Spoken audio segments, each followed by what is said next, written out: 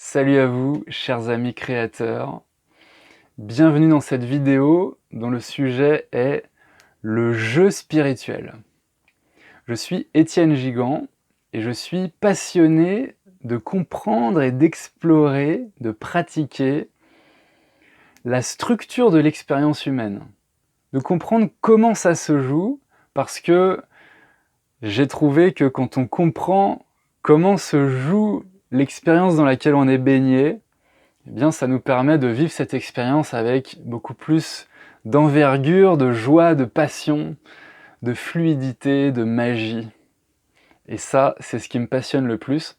Donc cette vidéo est vraiment au cœur de cette passion et ça peut constituer une introduction au sujet de la spiritualité, même si j'ai déjà fait une vidéo qui s'appelle Introduction à la spiritualité, où j'utilise une métaphore, une certaine métaphore, qui pourrait être reprise ici. Je ferai peut-être une autre vidéo pour faire le lien entre les deux.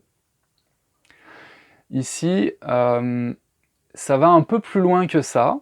Donc ça peut aussi donner du grain à des personnes qui sont déjà un peu informées et ou expérimentées sur ce qu'on pourrait appeler le chemin spirituel. Je vais présenter ce jeu spirituel en 3 aspects, en disant que chaque être est non pas seulement une personne, mais comporte 3 aspects qui sont dans un jeu ternaire. Et c'est dans la compréhension de ce jeu ternaire qu'on va pouvoir trouver cette expansion dont je viens de parler. Ce jeu ternaire, il y a beaucoup de traditions qui en parlent en termes de corps, âme et esprit. Donc c'est exactement ça que je vais reprendre ici, mais je vais le reprendre avec d'autres termes qui sont personnage, acteur et metteur en scène. Ça, ce sont les termes qui me sont venus en inspiration, qui reprennent la métaphore théâtrale et qui permettent, d'après moi, de mieux comprendre le jeu entre les trois. Comment est-ce qu'il y a un lien en fait entre personnage et metteur en scène et acteur? Et si on se plonge dans la métaphore théâtrale, je trouve que c'est plus facile de comprendre ce lien. Je vais maintenant te présenter donc chacun de ces 3 aspects, et puis en les présentant, on va sentir le jeu qu'il y a entre les 3. Imagine une conscience pure, une pure lumière. C'est une lumière pure, sans frontières, sans forme, et qui a toutes les propriétés les plus lumineuses qu'on puisse imaginer. Elle contient aussi tout le reste, mais elle a aussi ça. La puissance, la gloire, la liberté, l'amour, la plénitude. Ça, c'est contenu dans cette lumière-là. C'est une sorte d'extension de la conscience du grand tout, qu'on pourrait appeler la conscience divine.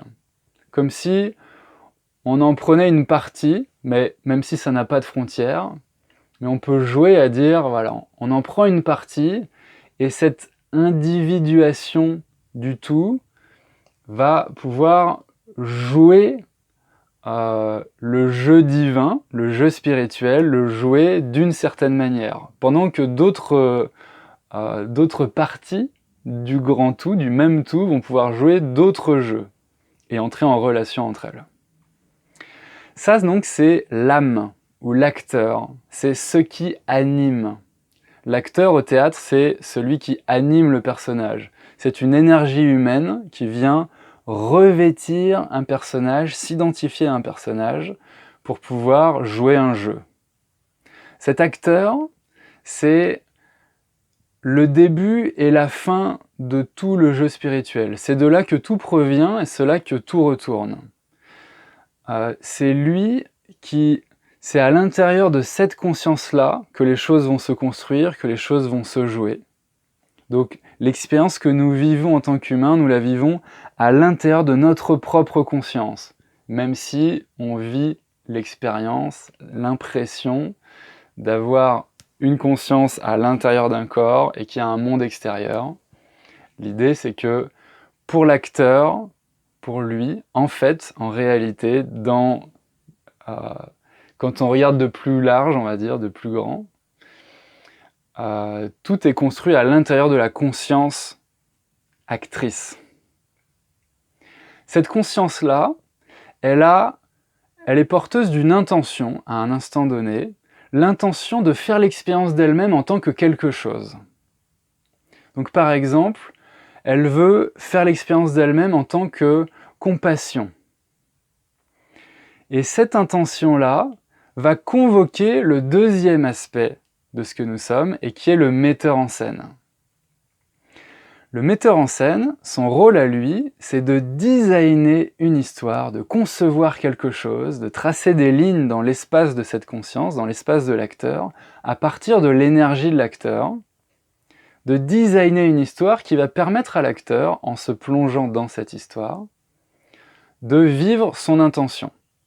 Donc, si l'acteur veut vivre l'intention de faire l'expérience de lui-même en tant que compassion, le metteur en scène va mettre en place un décor, une histoire, donc d'abord une certaine planète, une époque, un pays, une famille, et puis des événements, dans lequel l'acteur va être plongé dans l'expérience d'avoir l'occasion d'entrer en compassion avec des gens.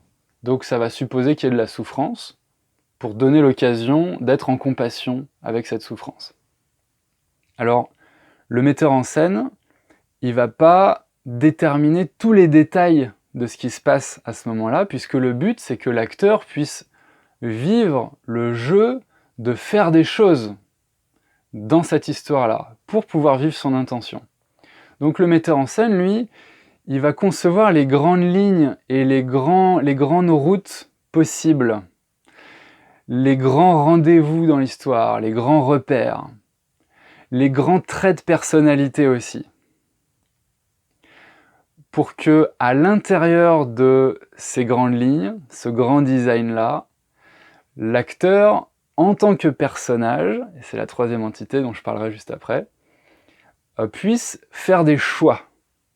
Et ces choix-là, donc, ils sont vraiment nécessaires, sinon il n'y a pas d'intérêt à l'histoire. Hein. Sinon, si tout est fait à l'avance, vous venez jouer un jeu vidéo, et en fait, le personnage, il joue tout seul, en fait, parce que tout est déjà programmé, tout est codé. Ben, en fait, c'est un film, et vous n'êtes plus acteur, vous êtes spectateur. Voilà pour le metteur en scène. Et parmi la mise en scène, donc, pour permettre à l'acteur de s'immerger dans l'histoire, le metteur en scène va concevoir un personnage. Il va non seulement concevoir un personnage, il va concevoir tous les personnages de l'histoire, mais il y en a un qui va être particulier puisque c'est en quelque sorte l'avatar dont la fonction va être de recevoir la conscience de l'acteur. Ça va être le point de vue que l'acteur va venir incarner et à partir duquel il va pouvoir vivre son intention. Ce personnage-là, c'est le personnage principal de l'histoire depuis le point de vue de cet être-là, de cet acteur metteur en scène. Ce personnage-là, il est constitué de schémas de personnalité. Et ces schémas sont faits pour s'entretenir à chaque instant. Comprenons bien que le personnage, il est entièrement fictif. C'est une construction artificielle. Mais elle semble intelligente, elle semble avoir sa propre force de volonté, parce qu'il a été codé à l'intérieur de cette intelligence-là des mécanismes de recréation des mêmes idées et du même code source. C'est comme si à chaque instant, en fait, le personnage est régénéré, régénéré. Parce qu'à chaque instant, l'acteur a l'occasion de se choisir être quelqu'un de nouveau, donc de se connaître en tant qu'un nouveau personnage, une nouvelle version de lui-même. Mais pour qu'il y ait une continuité, pour qu'il y ait un sentiment de continuité entre chaque instant et chaque version de nous, eh bien, dans le personnage, ce qui est installé, c'est installé avec en même temps des programmes de recréation, régénération des mêmes aspects. Donc, les traits de personnalité ont tendance à se recréer eux-mêmes de manière automatique sans qu'on ait besoin d'y penser. Ce qui oblige du coup en même temps l'acteur à prêter attention à ces schémas-là pour les défaire s'il a envie de les défaire, en installer d'autres, et c'est de cette manière-là qu'il va pouvoir se sentir évoluer et vivre son intention, donc l'intention par exemple de compassion, mais aussi, et c'est l'intention dans laquelle on est globalement plongé les humains de la Terre, depuis le début, mais là c'est encore plus vrai en ce moment, c'est l'intention de se réveiller depuis un état de personnage où on est très plongé, très en profondeur dans l'impression d'être un personnage, avec l'oubli de ce qu'on est vraiment, se réveiller de ça pour redécouvrir, pas après pas, version de soi après version de soi, de redécouvrir la vérité sur notre nature véritable. Et ça, c'est un cheminement qui est grandiose et qui peut justifier, quand on regarde la grande image, qui justifie pourquoi on est passé par là où on est passé en tant qu'humanité. Et d'ailleurs, on aurait très bien pu faire le choix de plonger dans une histoire sans oublier autant que ça, ce qu'on était vraiment. Si vous jouez à un jeu vidéo, vous n'oubliez pas complètement que vous êtes quelqu'un qui joue à un jeu à travers un avatar. Bien sûr, vous choisissez d'oublier un peu, sinon c'est pas drôle, vous allez vous plonger dans cette histoire, vous allez chercher un jeu qui vous donne une impression immersive, mais si vous oubliez complètement, ça devient dangereux pour l'esprit. C'est pour ça qu'il y a certains jeux d'ailleurs qui sont interdits à un certain âge, parce que l'esprit n'est pas encore capable de faire la part des choses entre qui il est vraiment et qui est l'avatar. Et en fait, ça c'est la folie dans laquelle on s'est plongé nous-mêmes. C'est d'oublier beaucoup qui on est vraiment, jusqu'au point de croire qu'on est cette petite chose toute petite, toute faible, toute séparée. Et à partir de laquelle on va se dire, mais je suis impuissant, je manque de valeur, je manque de connexion aux autres, je manque de ce dont j'ai le plus besoin dans ma vie. Je manque en fait de ce que je suis vraiment en tant qu'acteur. Et il y a un moment donné dans l'histoire du personnage, où à force de chercher à l'extérieur du personnage, des choses dont on a l'impression de manquer à l'intérieur, on découvre que on va jamais, que ça ne fonctionne pas en fait, et on décide, éventuellement en ayant vu une vidéo comme celle-ci, ou lu un livre, ou rencontré un enseignement spirituel, on va choisir de retourner l'attention pour la mettre à l'intérieur. Et là, on va se rendre capable de trouver les ressources qu'on cherche vraiment. Parce que ces ressources-là, elles sont dans notre identité véritable. Et tout est fait pour qu'on se réveille à cette vérité-là. Donc si c'était possible de trouver à l'extérieur du personnage les choses dont on a le plus besoin, eh ben ça nous inviterait jamais à nous réveiller. On n'irait jamais penser à le chercher à l'intérieur, puisque à l'intérieur on a le sentiment de manquer de ces choses-là. Donc on n'irait pas chercher loin à l'intérieur. C'est contre-intuitif en fait, c'est-à-dire je vais chercher en moi ce dont je manque. Donc au bout d'un moment, malgré tout, malgré que ce soit contre-intuitif, on choisit de faire ça, et là on creuse à l'intérieur. Et là on découvre les schémas du personnage. Et là on découvre que ce qu'on croyait être, en fait c'est une construction artificielle. Et que derrière ça, on découvre des sentiments profonds qui sont la nature de l'acteur, qui est la nature de ce que nous sommes vraiment. Et là, c'est grandiose. J'ai pas besoin de le décrire. Vivez-le. Vous l'avez peut-être déjà vécu à certains moments. Il est probable que oui, et on va le vivre de plus en plus. Et à un moment donné, on le vit tellement grand que on ne fait plus de retour en arrière. En général, on a tendance à se réveiller, se rendormir, se réveiller, se rendormir. On se fait des petits mouvements d'éveil comme ça, qui nous permettent de faire cette expérience-là un petit peu. Il y a des personnes qui le font tout d'un coup et qui ne reviennent jamais en arrière aussi, mais c'est beaucoup plus rare. Voilà, donc ça c'est le jeu global tel que je pourrais en parler avec mes mots. Maintenant, j'ai envie de parler un petit peu de l'aspect féminin et masculin de ce mouvement d'éveil spirituel. Alors, J'ai fait une autre vidéo qui parle des aspects masculins et féminins du développement. Ici, je vais en parler en termes de personnages, acteurs et metteurs en scène. Il y aura plein d'autres choses à dire sur le sujet et je vais continuer de faire des vidéos autour de ça. Mais je vais finir celle-ci en présentant donc cet aspect-là. L'aspect féminin de l'éveil spirituel, c'est de passer de « je suis dans un état à partir du personnage, de l'expérience du personnage, je suis dans un état de survie où il faut que je sécurise mon existence et mon confort », à « je lâche prise et j'abandonne, je m'abandonne à ce que je suis déjà ». Je passe du personnage à l'acteur. Ça, c'est l'éveil dans son aspect féminin. Je passe de « je suis un personnage » à « je suis un acteur ». Et l'acteur ne craint rien de ce qui se passe dans l'histoire. Quel que soit ce qui se passe dans l'histoire théâtrale, à qui ça arrive au personnage. L'acteur, lui, à la fin de la pièce, il va toujours remettre son costume sur la chaise et puis il va pouvoir penser à autre chose. Et en fait, ce qui est arrivé dans la pièce, ça ne lui est pas arrivé à lui, même s'il en a fait l'expérience au moment où il le vivait en tant que personnage. Donc l'aspect féminin, c'est un aspect, c'est le mouvement de repos dans ce qu'on est vraiment et d'oubli de toutes les préoccupations. Ça fait beaucoup de bien, c'est très recommandé, chaque jour même si possible. Mais tant qu'on reste là-dedans, même si c'est très utile, tant qu'on reste là-dedans, on ne vit pas l'expérience de choisir consciemment comment on a envie de créer notre chemin. Et ça, c'est l'aspect masculin. Et donc, en termes de personnage, acteur, metteur en scène, l'aspect masculin de l'éveil, c'est de passer du personnage au metteur en scène.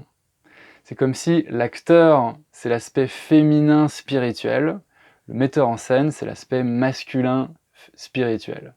C'est un peu maman, papa spirituel. Mais tout ça en nous-mêmes, le personnage étant l'enfant. Le metteur en scène, il a en commun avec le personnage de faire des choix. Alors, je fais un petit abus de langage en disant ça, puisque le personnage ne fait pas de choix lui-même, c'est une construction artificielle, mais la partie de la conscience de l'acteur, quand l'acteur est... Ouais, la partie de la conscience de l'acteur qui est prise dans le personnage, donne vie, anime ce personnage-là, et c'est de ça que je parle en disant le personnage, mais en fait c'est l'acteur-personnage. Donc, le metteur en scène et le personnage ont en commun de faire des choix pour essayer d'orienter la route. Le personnage, quand il cherche à designer comment ça va se passer, l'histoire, il se découvre très impuissant. On a très peu de levier d'action en tant que personnage sur ce qui se passe autour de nous. Et en particulier le futur, c'est même néant. Même si on se donne l'impression qu'on contrôle un peu ce qui va se passer, comment les choses vont se passer. En tant que personnage, quand on fait ça depuis le personnage, ça ne marche pas. Il n'est pas fait pour ça. Mais en tant que personnage, on peut utiliser nos muscles pour détruire des choses, ou faire des câlins, construire des choses. Voilà. Il y a quand même des choix qui sont faits à partir de là, mais qui sont très restreints quand on les compare à ce dont le metteur en scène est capable. Souvenons-nous que le metteur en scène, lui, il n'est pas sur scène en fait. Il est en dehors de l'histoire. Lui, il design les chemins en fait. C'est lui qui a convoqué les gens, les arbres, les animaux et tout ce qui se passe dans l'histoire. C'est lui qui a convoqué les acteurs.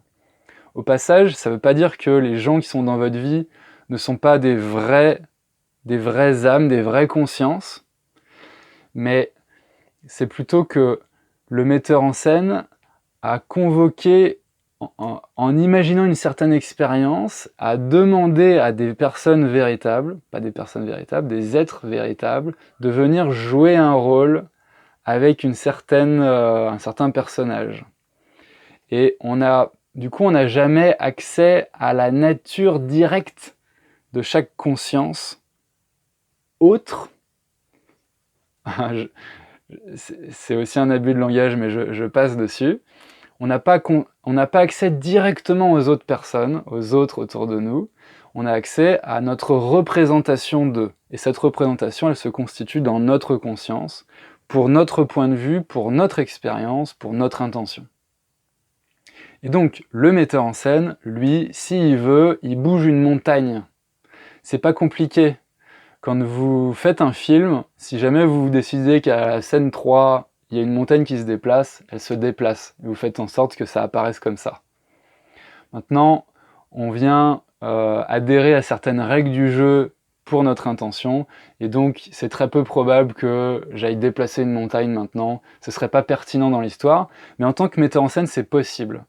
Et il y a beaucoup de choses quand on s'éveille depuis le personnage au metteur en scène, donc dans ce mouvement d'éveil masculin, dans l'aspect masculin de l'éveil, on va dire, on découvre qu'il y a un tas de choses sur lesquelles on peut prendre le pouvoir, mais ça se vit pas comme le personnage se vit prendre le pouvoir. C'est une autre expérience. Mais on se sent, on devient, on embrasse l'expérience de devenir créateur avec beaucoup plus d'envergure. Et les choix qu'on fait dans l'espace intérieur du metteur en scène sont des choix qui vont transformer les circonstances comme par magie. Et ça, c'est tout le mouvement qu'on appelle le mouvement de la manifestation. Donc il y a un tas de techniques là-dessus, un tas de gens qui font ça à travers le monde.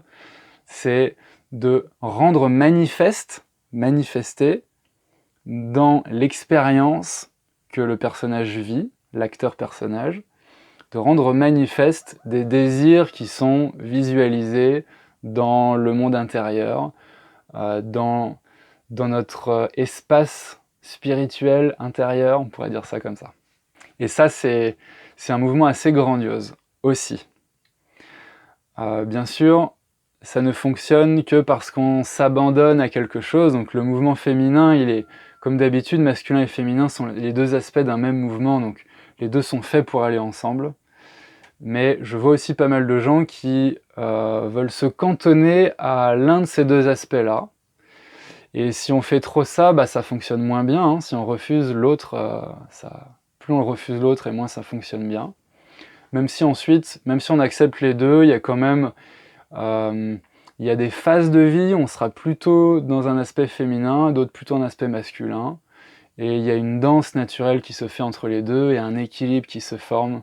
Et ça fait partie aussi du plaisir du cheminement. Maintenant, j'ai envie de te faire une proposition concrète. C'est qu'il y a quelques semaines, j'ai lancé un espace qui est à la fois un espace web et une appli. Un espace qui est structuré sur ce jeu spirituel. Donc, à l'intérieur, il y a différents sous-espaces qui sont structurés sur l'expérience du personnage, la réalité de l'acteur et le point de vue du metteur en scène. Et le but de ça, c'est une communauté en ligne en fait, donc il y a des gens qui intègrent cet espace-là avec moi, et ensemble, on se ressource et on s'inspire d'enseignements et d'exercices et d'expériences qui nous permettent de nous éveiller depuis un état de personnage et d'oubli de ce que nous sommes vraiment, de s'éveiller à ce jeu spirituel. Ce jeu spirituel qui d'ailleurs a toujours lieu. Il ne s'agit pas de commencer à le jouer, il s'agit de commencer à le jouer consciemment. On ne peut pas ne pas jouer le jeu spirituel. Donc le but de cette communauté en ligne à cet endroit, c'est de jouer ce jeu-là avec plus de conscience, plus d'envergure, donc plus de passion, plus de joie, plus de fluidité, plus de magie. Parce que si on se contente d'entendre ce message-là, ça va pas changer le quotidien. Ensuite, je vais retourner à mes activités, je vais les vivre en tant que personnage, faisant l'expérience de lui-même que en tant que personnage. Ça va pas changer le goût des choses. Mais si je vis ma vie concrète et incarnée, conscient que je suis plus qu'un personnage, conscient de ce jeu-là, avec comme en arrière de moi, comme s'il y avait l'acteur et le metteur en scène qui qui sont d'autres aspects de moi, tout ça c'est individuel, hein, et qui sont en permanence en train de jouer avec moi, qui sont moi en fait, qui sont à l'intérieur de moi, et je peux jouer à dialoguer avec ces aspects-là. Là, ça change beaucoup la vie, ça change beaucoup l'expérience de vie, notre manière de vivre la vie, notre rayonnement, c'est assez spectaculaire. Donc si ça t'intéresse de rejoindre un groupe de gens qui sont dans ce mouvement-là, eh bien je t'invite à nous rejoindre. Le lien est dans la description, ça s'appelle Chemin de croissance. Et je me réjouis de t'y retrouver si ça t'intéresse. En attendant, merci d'avoir suivi cette vidéo, partage-la à des personnes à qui tu penses que ça peut faire du bien. Bonne route dans ce chemin d'éveil spirituel. C'est un grand moment pour l'humanité d'éveil spirituel massif là en ce moment, c'est pour ça qu'il y a de plus en plus de ressources comme celle-ci. Je suis très joyeux, très heureux de participer et de contribuer à ce grand mouvement. Et si le cœur t'en dit, je t'invite à en faire de même et à partager du coup l'information à ta manière, comme tu as envie de le faire, dans les ressources que tu aimes le plus, pour que d'autres puissent avoir accès et faire décoller leur vie dans une autre dimension, une autre envergure. Voilà, bon jeu spirituel et à bientôt dans une autre vidéo.